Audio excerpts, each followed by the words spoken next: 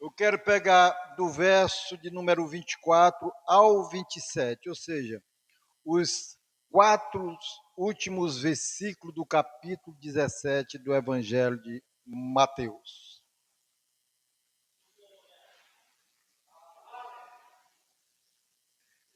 Amém, queridos?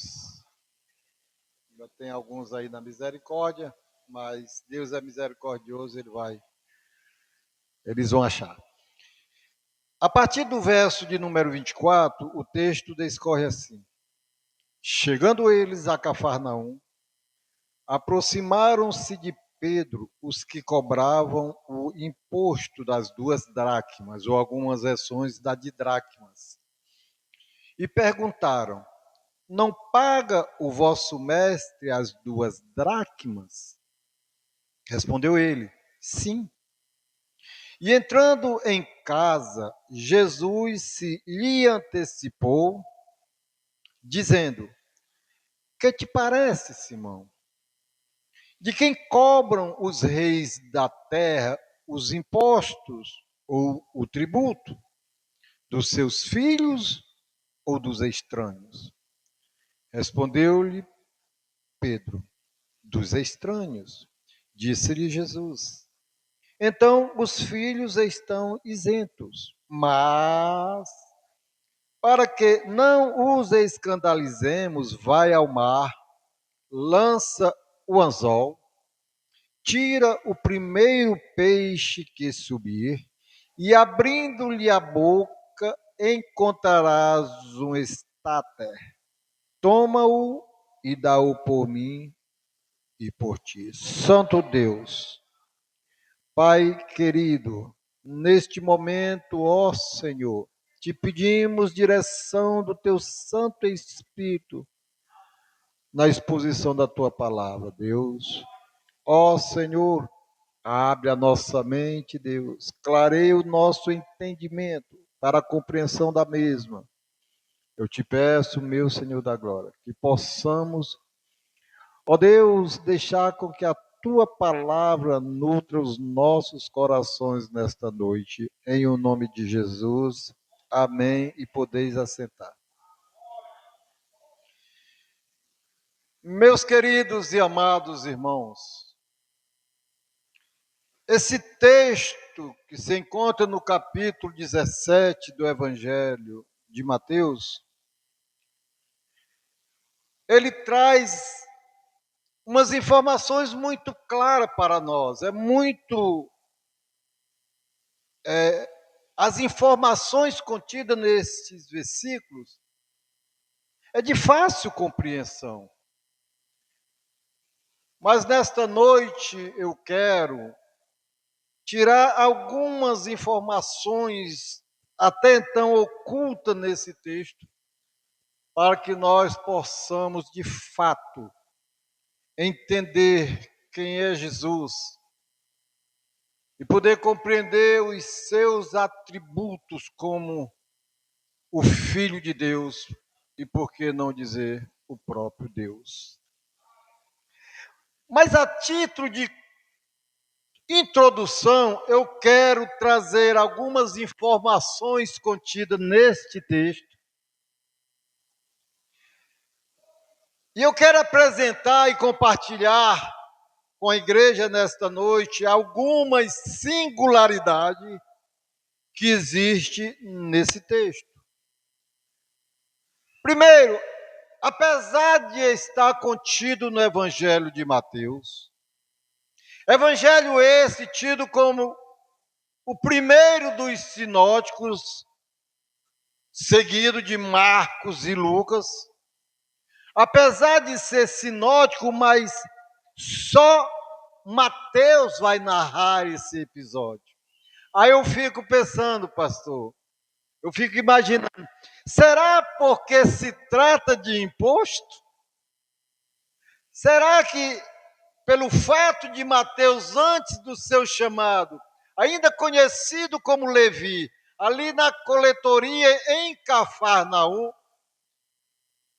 no ofício no exercício do seu ofício como cobrador de impostos, ou seja, como publicano, será que por isso, por esse fato, só ele narra, não temos a resposta. Mas o que me chama a atenção é que só Mateus narra, apesar de estar nos evangelhos sinóticos. Nós sabemos que os evangelhos narram 35 milagres, mas Mateus vai ter 3 milagres que só no Mateus vai narrar. Os outros 2 é aquele que está no capítulo 9, que é os 2 cegos e o mudo endemoniado. Só Mateus vai narrar. Mas compartilhando, a título de introdução, algumas singularidades que esse texto tem, uma é que só Mateus vai narrar. A outra é que é o único milagre que Jesus vai fazer envolvendo dinheiro. Você não vai ver em outro momento, em nenhum outro texto da Bíblia, milagre realizado pela pessoa de Jesus envolvendo dinheiro. Eu acho que é por conta que Jesus, o único Deus que ele fala que você não deve servir é o próprio dinheiro, que ele vai dizer, não deve servir a 2 senhores, a Deus e a Mamon. Parece até que dinheiro é o tipo de um Deus, e nós sabemos que não é, porque todos nós nos damos com dinheiro. Mas se nós não tivermos cuidado, vai terminar sendo um Deus, nós deixando de adorar a Deus para adorar, idolatrar o próprio dinheiro, porque é algo que todos nós necessitamos para viver no mundo que nós vivemos. Mas devemos ter muito cuidado, que ele pode tornar o nosso Deus ao ponto de conduzir as nossas vidas em busca dele diuturnamente. Outra singularidade que eu vejo nesse texto, eu quero compartilhar a título de introdução, é que aqui é o único milagre que beneficia o próprio Jesus. O milagre é para poder pagar a entrada, o imposto de Pedro e de Jesus. É o único milagre em benefício próprio. E outra singularidade que eu quero compartilhar nesse texto é que é a única pescaria que você vai ver em toda a Bíblia envolvendo apenas um peixe. É a única pescaria que você vai ver envolvendo apenas um texto. E outra singularidade que eu vejo nesse texto é que também, quando se trata de pescaria, é a única pescaria envolvendo anzol. E quando eu começar a ministrar, eu vou falar sobre a pescaria com anzol, que tem algo simbólico muito forte para nós, como servos de Deus, que gostamos e temos a responsabilidade de lançar a palavra do Senhor. E por fim, é o único milagre que ele não é contado, o desfecho dele não é relatado na Bíblia, diferente de outros. Quando lá do leproso, por exemplo, e tocando o leproso, imediatamente ele foi curado da lepra.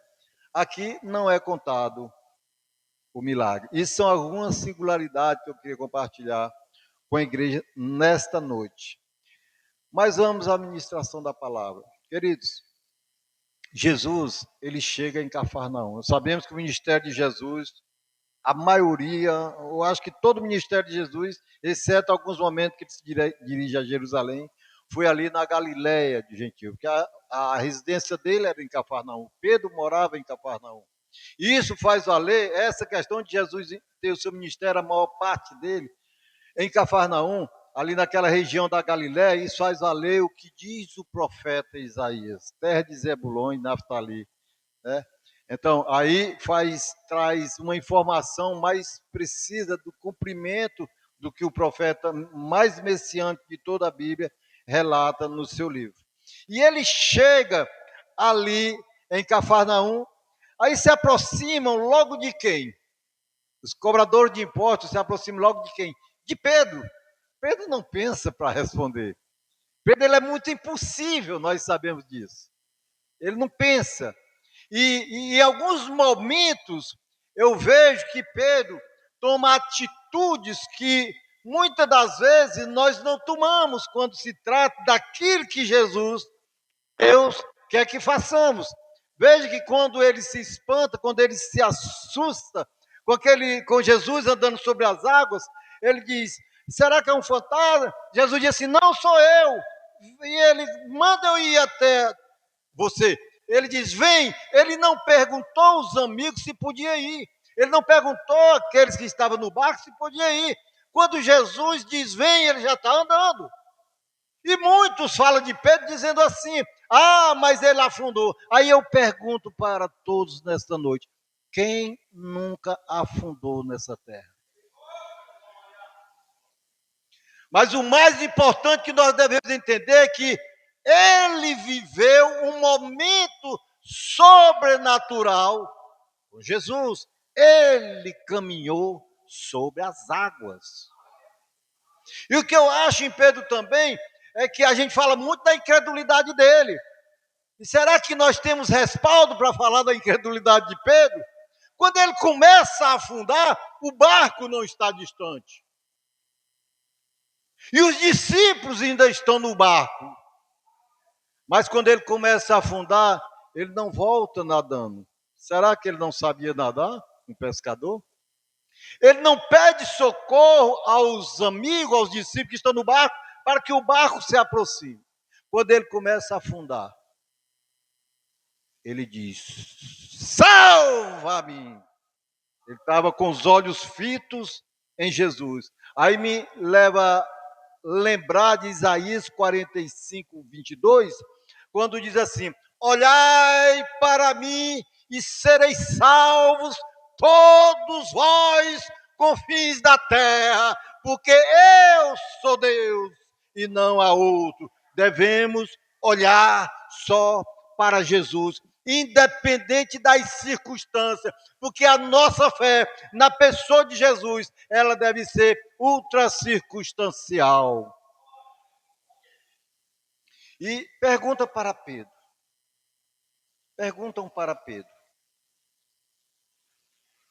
não paga o vosso mestre as 2 dracmas? Pedro não pensa 2 vezes, ele responde: sim.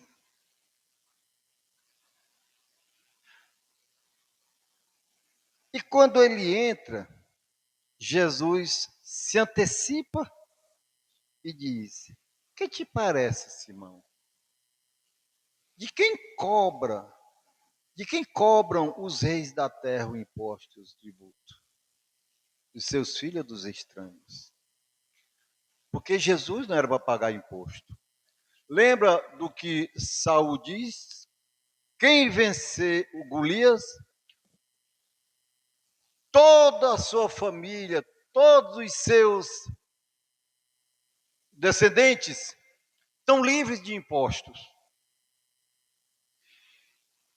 E o que Jesus está querendo se revelar para Pedro, que Jesus está no ministério terreno e o que ele dá prioridade é se apresentar, deixar claro que ele é o Messias. E isso ele tem que preparar o coração dos seus discípulos. O que ele quer aqui é mostrar para Pedro, se revelar para Pedro como Messias, como filho de Davi. Porque a visão que esse povo tem que ter da pessoa de Jesus é a mesma visão que o cego Bartimeu teve. Perceba que quando o cego Bartimeu está ali, à margem do caminho de Jericó, ele percebe o movimento e pergunta: que movimento é esse? E as pessoas respondem para ele que é Jesus de Nazaré. Porque ele tinha a sua visão comprometida, ele era cego. Mas a visão física, mas a visão espiritual daquele homem era mais aguçada do que todos que estavam ali. Porque quando falam para ele, pastor Bruno, que quem vai passando é Jesus de Nazaré, ele não grita: Jesus de Nazaré, tem misericórdia de mim. Não. Ele grita: Jesus, filho de Davi. Visão messiânica da pessoa de Jesus como prometido Filho de Deus.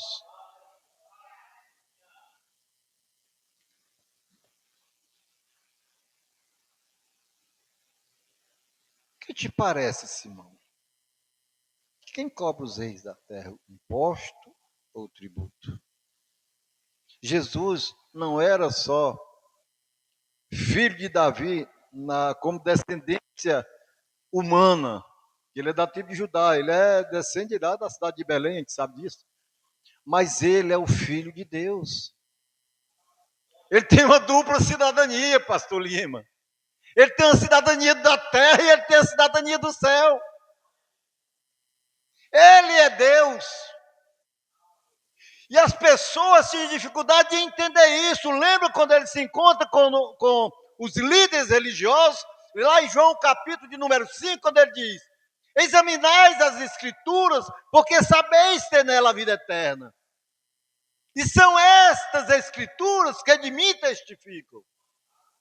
Ele está falando com aqueles que têm as escrituras na mão. As escrituras que a lei e os profetas apontam para Jesus. Ele diz: e são estas escrituras que de mim testificam. 5,39. Aí ele fecha o 40 dizendo: e não querdes vir a mim para terdes vida? O que ele está dizendo? Ele está dizendo que só temos vida na pessoa de Jesus. Por isso que ele vai dizer: eu sou o caminho, a verdade e a vida. Ele é o verbo vivo que desceu do céu.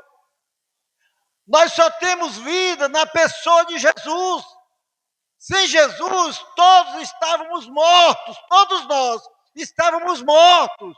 E agora, através da cruz, nós temos vida nele.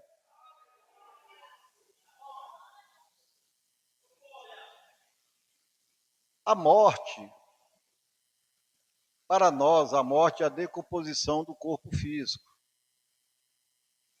Mas no mundo espiritual, isso não é morte. A morte, de fato, é a separação de Deus. E se nós só temos nós só temos vida se nós estivermos através de Jesus ligado na pessoa de Deus. Porque só tem vida se estiver nele.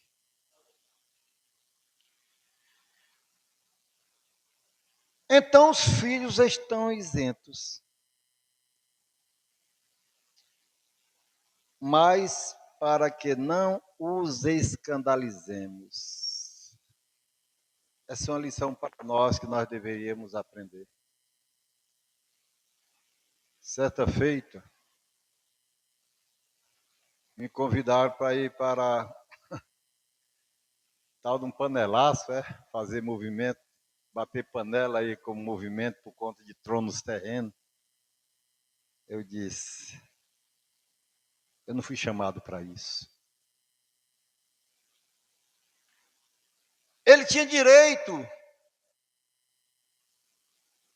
e poderia cobrar os seus direitos em não pagar. Poderia ou não? Poderia. Mas ele diz, mas para que não os escandalizemos. Deixa eu dizer uma coisa para a igreja nessa noite, todos nós. Percamos a razão e abracemos a paz. Ah, mas eu tenho que correr atrás dos meus direitos. Não, você não tem, você não é pecado você correr atrás dos seus direitos.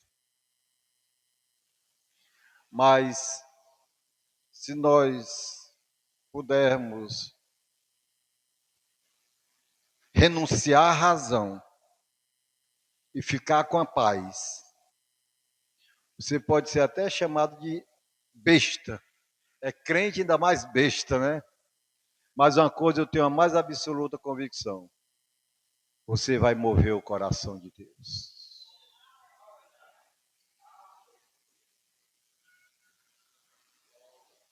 Não é para nós andarmos fazendo.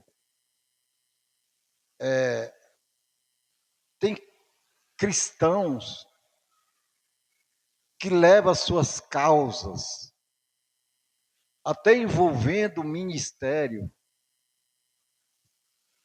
para um tribunal, para um ímpio juiz julgar. Isso choca o coração de Deus. Mas para que não os escandalizemos, vai ao mar e lança um anzol. Sabemos que mar nos traz uma conotação de pessoas. E certa feita, Jesus fala para Pedro que Pedro iria ser pescadores de homens. E eu queria abrir um parênteses aqui para fazer uma analogia do anzol com a palavra de Deus e do mar com pessoas. Quem nunca ouviu, se não vier no amor, vem na dor. Todos nós já ouvimos. E às vezes até falamos. Devemos lançar a palavra. Como o pescador lança o anzol para pegar o peixe. Mas quando lançamos a palavra, e aqueles que ouviu não dá crédito, não quer saber, ela não vai fazer nenhum efeito. Mas às vezes a gente lança a palavra e pessoas dão crédito. Crava no coração. Mas elas ficam relutando para aceitar. A pescaria com anzol, o pescador lança o anzol está lá na água com a isca. Mas muitos peixes passam e não é fisgado. Mas alguns peixes é fisgado pela isca no anzol, verdade? Esse peixe que é fisgado, o pescador começa a rir a linha para cansar ele. Quem já pescou aqui? Começa a rir a linha. É assim que funciona? Eu nunca pesquei. Mas começa a rir a linha para cansar o peixe, não é verdade? Como o peixe reluta para vir, o que o pescador faz? Chama, eu acho que um termo que todos os nordestinos sabem e conhecem. O pescador dá um supapo, não é isso? O que acontece? O anzol entra aqui na boca do peixe que chega a ferir. Aí ele vem, muitas das vezes, até sangrando. Não é verdade? Não é verdade quem pesca o anzol? Sabe disso? O que eu quero dizer com isso, anzol, pescaria? É porque, às vezes, nós falamos de Jesus para familiares, nós falamos de Jesus no trabalho, falamos de Jesus na faculdade, e começamos a nos preocupar, achando que as pessoas não estão dando crédito e ninguém quer saber. Deixa eu dizer uma coisa para você. Sempre um é fisgado. E como é que vamos saber que é fisgado? Você começa a perceber que esse seu familiar está relutando para aceitar Jesus. Esse seu amigo está relutando para aceitar Jesus. Mas vez ou outra você pega ele ouvindo um louvor. Vez outra, ele vem ao culto. Quando você vai falar sobre a palavra de Deus, ele dá ouvido. Ele fica atento para o que você está falando. Mas ele está relutando para aceitar Jesus. Mas ele está fisgado. Aí é onde entra o termo, se não vier no amor, vem na dor. Mas não entendamos a dor logo, a gente fala logo de botar no leito, né? Não. Deus é especialista em criar uma circunstância para trazer aqueles que estão fisgados pela palavra. Não se preocupa. Se o seu familiar, ele gosta de ouvir, se ele gosta de louvor, se ele fica atento, ouvindo você falar para ele, não te preocupa, filho, Jesus está só arriando linha. Mas ele está fisgado, no momento certo, ele vem. No momento certo, ele vem. Não tem como. Agora tem uma também. Muitas das vezes, a gente quer que venha para que a gente possa contemplar ele vindo. E muitas das vezes, Deus salva a sua casa todinha sem ser aos teus olhos. A forma dele trabalhar é diferente da forma que nós imaginamos que ele trabalha. Ele é Deus. Nós devemos estar diuturnamente preparados para ser surpreendidos com o sobrenatural de Deus.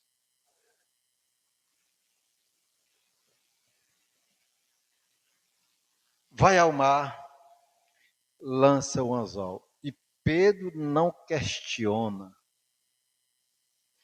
Pedro poderia ter dito assim: Senhor, lançar o anzol, pegar peixe, como é que é essa história? Tem que pagar o imposto, aqui é dinheiro. O primeiro peixe que subir, abrindo-lhe a boca, lhe contará o estado. Deus conhece todas as coisas. Há um atributo que só Ele tem. E Jesus, em N passagem, se revela como Deus através desse atributo. Onisciência, atributo específico de Deus e incomunicável a onisciência. Deus conhece todos os mares. Deus conhece todos os rios. Deus conhece todos os igarapés, todas as lagoas. Deus conhece todo ser humano, todas as pessoas. Assim sendo, Deus conhece a sua vida. Deus conhece você. Ele sabe quantos fios de cabelo tem na sua cabeça. E Ele sabe quantos caiu hoje. Ele é Deus. O Deus que sabe que o primeiro peixe que subir, abrindo a boca, encontrará uma estátua, é porque Ele conhece a tua vida, Ele conhece a tua família, Ele conhece os teus projetos, Ele te conhece até antes mesmo de você nascer. Ele é Deus.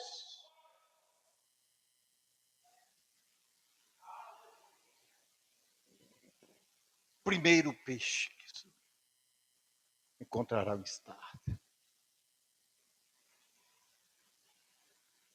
Deus sabe milimetricamente onde você vai colocar o solado do seu pé daqui até a sua casa.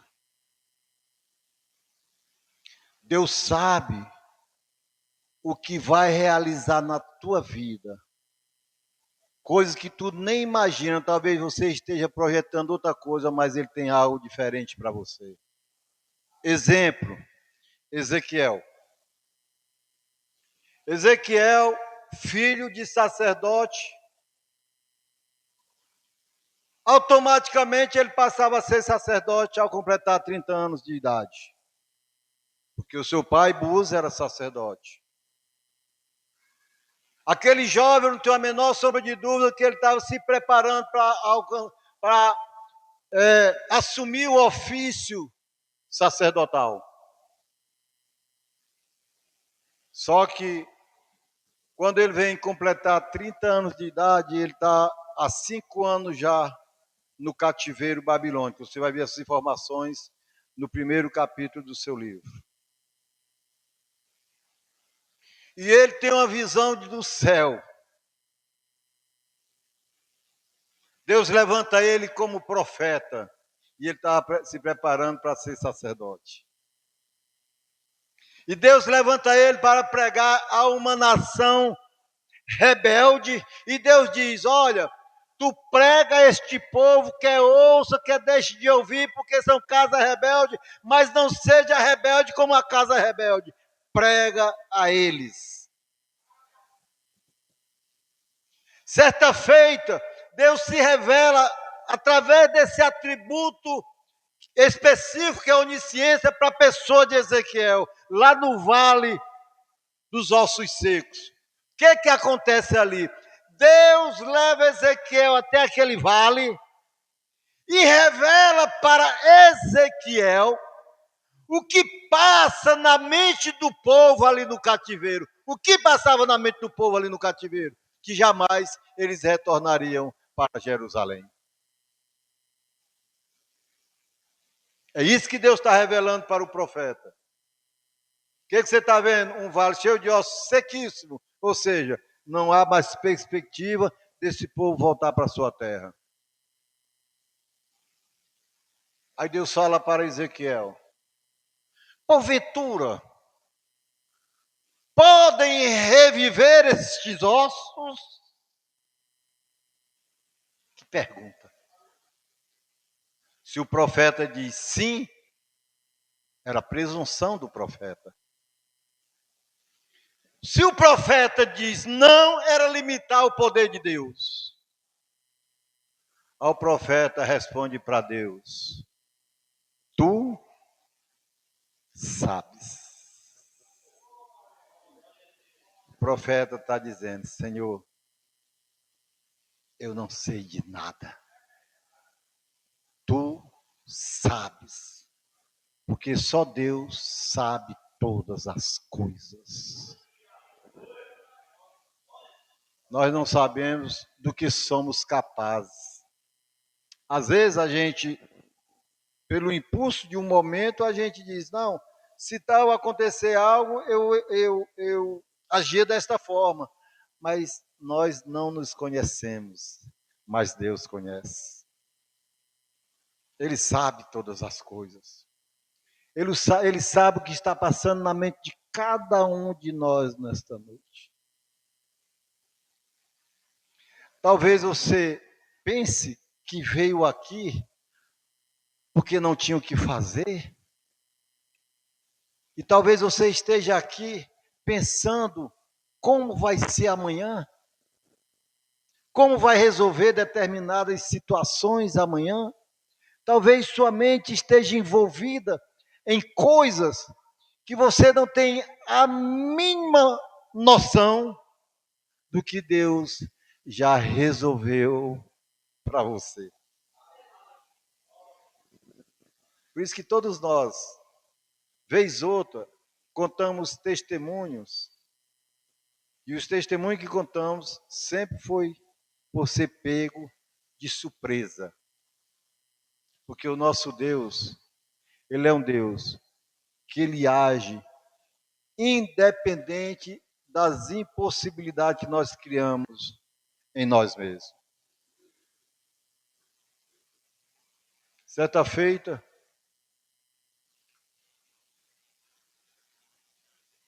um irmão chegou muito maravilhado do culto. E eu disse: o que foi que teve de sobrenatural no culto que você chegou diferente? É porque hoje eu vim com a minha fé muito edificada.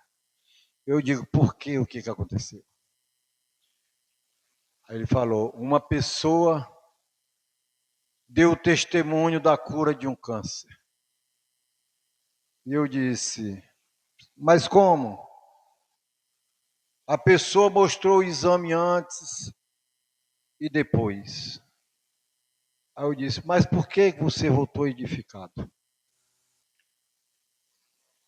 Mas é porque a cura de um câncer, o câncer, segundo a medicina, não tem cura. Aí eu falei, quanto tempo você tem de crente? Ele me respondeu, 26 anos. Eu disse, quer dizer que você não acredita no livro que até hoje você carrega ele, como verdades absolutas? Ele disse, acredito. Mas você não está testemunhando que acredita. Acredito que esse livro. Você acredita que esse livro é as verdades absolutas de Deus? Acredito sim. Mas por que você voltou dizendo que a sua fé foi edificada por conta do testemunho da cura de um câncer? Porque eu vi os exames. Primeiro livro, primeiro capítulo, primeiro versículo da Bíblia. Diz: no princípio criou Deus os céus e a terra.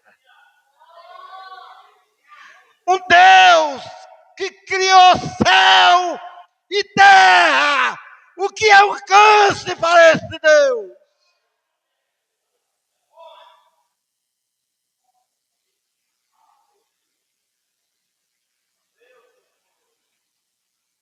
Tudo foi feito por Ele.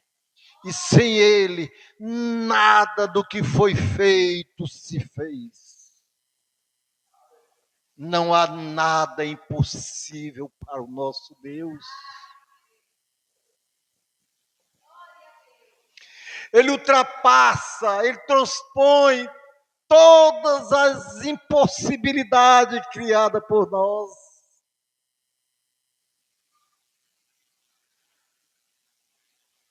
Devemos crer piamente nesse Deus, porque Ele existe. Ele diz: o primeiro peixe que subir, abrindo-lhe a boca, encontrará um estar. Quantos peixes não tinha naquele mar da Galileia? E perceba que ele não mandou lançar uma rede para quando vir cheia de peixe, ao vir cheia de peixe, ele começar a procurar se algum tinha uma moeda. Porque essa questão da moeda, lá, poderia acontecer. Por quê? Porque naquele tempo, igual hoje, não sei, hoje nessas festas de Iemanjás, nas praias, as pessoas jogam indulgências, jogam moedas, as pessoas jogam objetos. E naquele tempo tinha essas crenças. As pessoas conseguir bênção e lançar moedas no mar da Galileia. Mas era o primeiro peixe. Será que ele sabe todas as coisas? Será que ele tem conhecimento de todas as coisas? Não duvide do poder de Deus. Não duvide da onisciência de Deus. Ele sabe todas as coisas. Nós não sabemos de nada. Nós devemos nos submeter à sabedoria de Deus. O profeta diz: Senhor, tu sabes. O que eu acho interessante é que quando ele diz tu sabes, aí Deus diz assim: agora eu vou falar o que cabe a vocês. Diz a estes ossos, aleluia, ossos secos, ouve a palavra do Senhor. A palavra do Senhor tem poder para fazer coisas sobrenaturais. Só para você ver como esse povo não tinha a mínima perspectiva de retorno, Quando você vai no Salmo 126, pastor Lima, eles estão como quem sonha. Porque 70 anos não é 7 dias. E as outras nações diziam, olha, o Deus deles aí esqueceu eles, não quer mais caso com eles. E esses mesmos povos, esses mesmos que diziam que Deus não queria mais nada com Israel, lá no Salmo 126, vão ser o primeiro a dizer, grandes coisas fez o Senhor por estes. E ele só faz confirmar, sim, grandes coisas fez o Senhor por nós.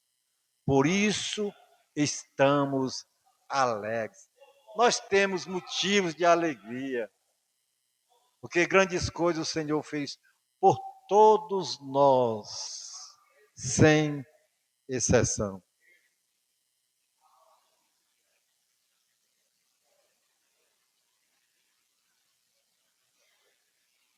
O primeiro peixe que subir, abrindo-lhe a boca, encontrará um starter.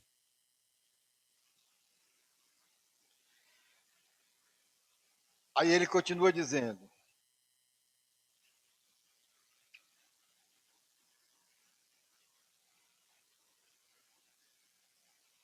toma e o dá por mim e por ti. Quem já assistiu aqui Globo Ecologia? Ninguém gosta de falar mais em Globo hoje, né? Globo Ecologia, eu tinha tanta dó quando eu via às vezes tartarugas, laçadas por um anel, uma aliança, um círculo de plástico, às vezes. Aí ela crescia enlaçada, que ficava deformado o seu casco, como fosse uma cintura. Então, e muitos animais eram afetados por conta da poluição nos rios, nos mares. E quando eu olho para esse texto, me traz a memória Globecologia. Eu fico pensando, uma moeda na boca do peixe deve gerar um certo incômodo, não é verdade? Uma moeda na boca do peixe deve gerar um certo incômodo. E Deus sabia que essa moeda estava incomodando aquele peixe. Não pense você que Deus não sabe o que está te incomodando no dia a dia. Talvez você esteja aqui, mas no seu coração tenha algo que te incomoda. Mesmo você sendo um servo, uma serva de Deus, mas algo ainda está dentro de você que atrapalha o seu mover espiritual.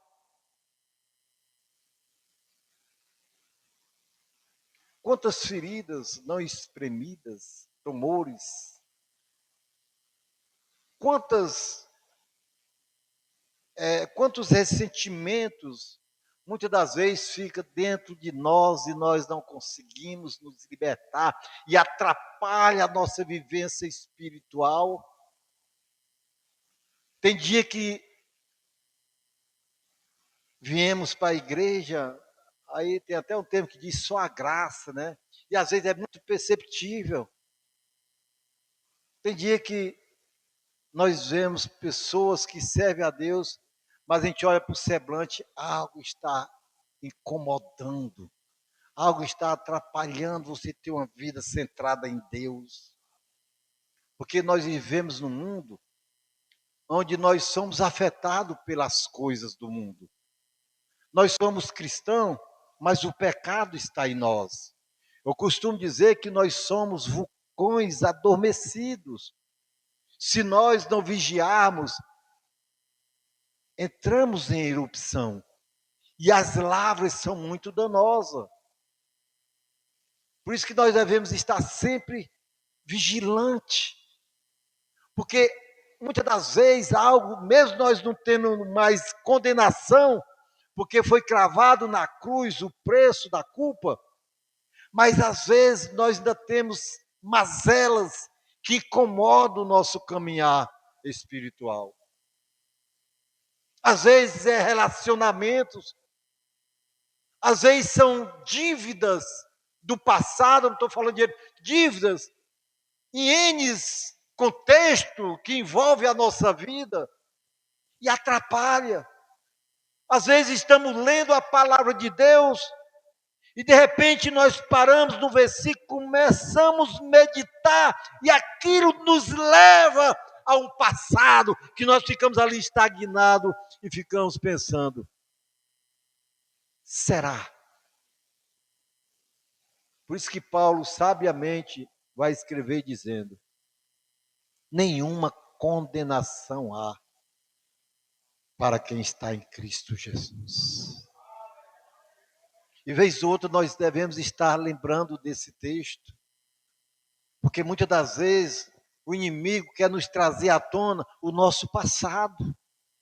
E às vezes nós começamos a trazer à tona o nosso passado, as agruras, as questões que nos envolvia quando ainda estava no mundo. E mesmo nós sendo servos de Deus, aquilo gera uma inquietação, de maneira que nós começamos a se envolver com as coisas de Deus, mas só que caminhando lentamente, porque estamos presos no passado. E Deus sabe de tudo isso. Ele sabe de tudo isso. Às vezes nós olhamos para um irmão e a gente percebe que ali não está tudo muito bem. E às vezes o irmão quer se privar de compartilhar e a gente não consegue extrair, porque nós não temos esse atributo, mas Deus está sondando o coração e Ele sabe o que está gerando o incômodo no coração e na mente deste irmão. Cabe a nós só orarmos e dizer, Deus, age, tira esse peso, tira esse incômodo, tira esses fragmentos que Satanás, muitas das vezes, quer deixar que envolva o servo de Deus para que atrapalhe o caminhar e o agir dele dentro do contexto do reino de Deus. E Deus sabe de tudo isso. E Ele diz, toma-o e dá-o por mim e por ti. Essa moeda, esse starter, estava incomodando o peixe. Estava incomodando o peixe. Era destrutivo para aquele peixe. Mas Deus tirou para dar um fim proveitoso. Amém? Talvez Deus queira tirar esse ódio que está dentro do seu coração e transformar ele num amor intenso. Talvez algo que está preso dentro do seu coração ainda te incomodando, talvez um perdoar, né? Lançar um perdão para com o irmão, ou talvez nem irmão mas isso ainda está te incomodando, impedindo que você caminhe livremente. Deus quer tirar isso que está dentro do teu coração e transformar em algo produtivo, porque isso é destrutivo para a tua vida, e Ele quer dar um fim proveitoso, Ele quer transformar num amor intenso, numa pessoa que se envolve, não olhando para o passado, mas sabendo que agora você é nova criatura em Cristo Jesus. É isso que Ele quer fazer, queridos. Ele quer transformar aquilo que está te impedindo caminhar dentro do propósito que Ele estabeleceu para a tua vida. Ele quer dar um fim proveitoso, para que você possa produzir para o reino de Deus, para que você possa caminhar com liberdade, entendendo os propósitos de Deus na tua vida.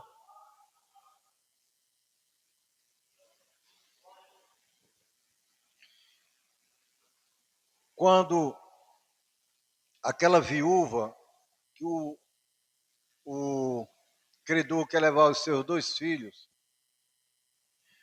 o que estava incomodando aquela viúva é que ela não tinha condição de pagar o credor. Como se não bastasse, o credor, por direito, ia levar os seus 2 filhos. E aquela viúva, ela apresenta essa causa a Deus. Estou usando a imagem do profeta Eliseu, na imagem representativa da pessoa de Deus. Ela apresenta a Deus a causa dela. Ela diz: eu estou sendo incomodado com algo. Há uma dívida que o meu esposo, teu servo, adquiriu, e agora algo está me incomodando, algo está impedindo eu ter uma vida tranquila diante de Deus com os meus filhos. O credor bateu a porta e eu não tenho como pagar.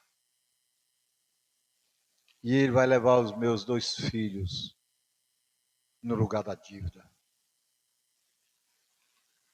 Aí o profeta diz: o que tu tem? Talvez você esteja numa situação dessa nessa noite. E Deus está perguntando: o que você tem? Apresenta a Deus a tua causa. Aí ele dá a solução, ela diz: eu só tenho uma botija de azeite, isso não é nada.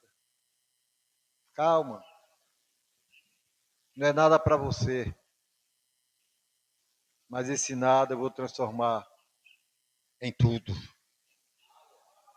O que é insignificante, eu vou fazer significante para resolver o teu problema.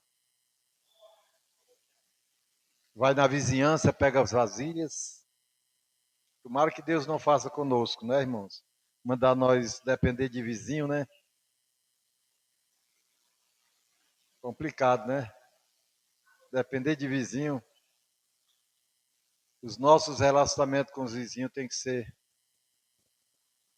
um relacionamento amigável. Quem cabe a nós quebrar as barreiras, não é a eles.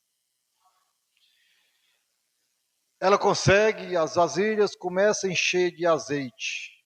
Quando as vasilhas se acabam, o azeite cessa. No limite.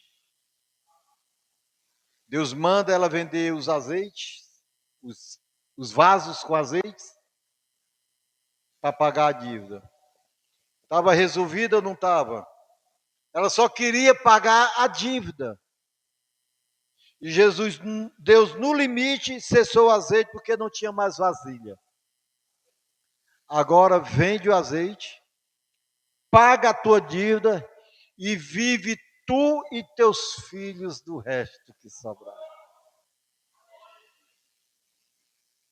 Deus, Ele nos dá além do que pedimos, pensamos ou sonhamos.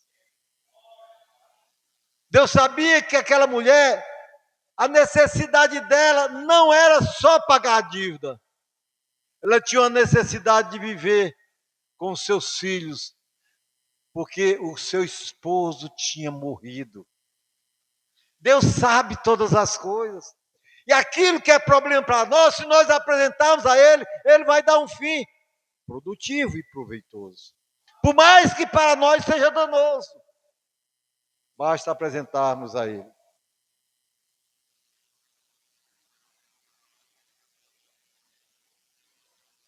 Quanto era o valor do imposto de cada um? Duas dracmas. Para os dois tinha que ser quatro dracmas, não é isso? Cada um era 2. Para pagar o imposto dos 2 era 4. Jesus fala o que para Pedro? Vai ao mar, lança o anzol, o primeiro peixe que subir, abrindo-lhe a boca, encontrará um estáter, uma moeda grega, tem de prata e de ouro. Sabe quanto equivale um estáter, irmãos? Um estáter equivale a 4 dracmas. Isso para nós entendermos a precisão da onisciência de Deus. Ele sabe o que você precisa. Ele sabe até mais do que você. Talvez você ache que está precisando de algo para resolver um problema hoje. Mas ele, pela sua presciência, ele sabe que amanhã e depois da manhã virá um problema que você ainda não sabe se vai acontecer. Mas ele sabe. Esse é o Deus que nós servimos. Que possamos, queridos, entender que Deus,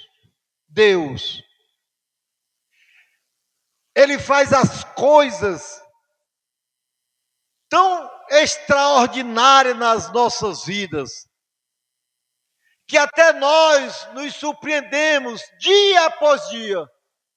E Ele quer de nós que anunciemos esse Deus às pessoas que não têm conhecimento da sua existência ainda. Vale a pena caminhar dentro do propósito de Deus. E não esqueçamos que há uma responsabilidade sobre nós, como igreja, que é lançarmos o anzol, lançarmos a palavra, para que pessoas sejam alcançadas por esse evangelho e tenham suas vidas transformadas. E o melhor de tudo, que não há uma transformação tão somente externa, há uma transformação interna. É o que Paulo vai dizer: não vivo eu, Cristo vive em mim. E quando Jesus entra na nossa vida e nós deixamos Ele agir da forma que Ele quer individualmente na vida de cada um, nós não vamos ser tão somente salvos através de Cristo Jesus. Nós vamos ser servos e vamos produzir para o reino de Deus. Que Deus abençoe em o nome do Senhor Jesus.